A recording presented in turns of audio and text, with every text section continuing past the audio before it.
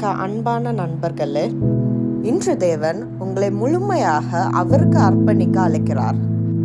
நீங்கள் உண்மையிலே எல்லாத்தையும் அவருக்கு கொடுக்க தயாராக இருக்கிறீர்களா?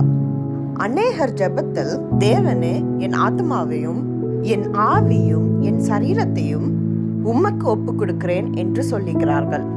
ஆனால் உண்மையிலே அவர்கள் தங்கள் பழைய வழிகள், உலக ஆசைகள், சொந்த லட்சியங்கள், உலக சிற்றின்பங்கள், உலக வாழ்க்கை முறைகளை பற்றி கொண்டிருக்கிறார்கள்.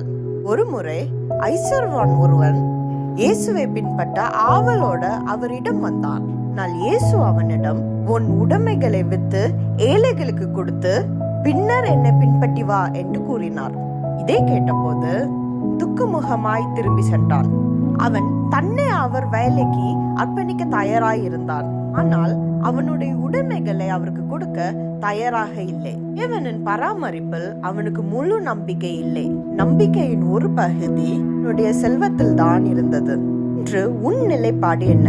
உண்மையிலே முழுவதையும் அர்ப்பணித்து விட்டீர்களா, அல்லது விதி விலக்குகள் ஏதாவது வைத்திருக்கிறீர்களா? தேவன் என்று உங்களையும் உங்களுடைய அனைத்தையும் அவருக்கு முழுமையாக ஒப்பு கொடுக்க அழைக்கிறார். எனவே விரைந்து செயல்படுங்கள்.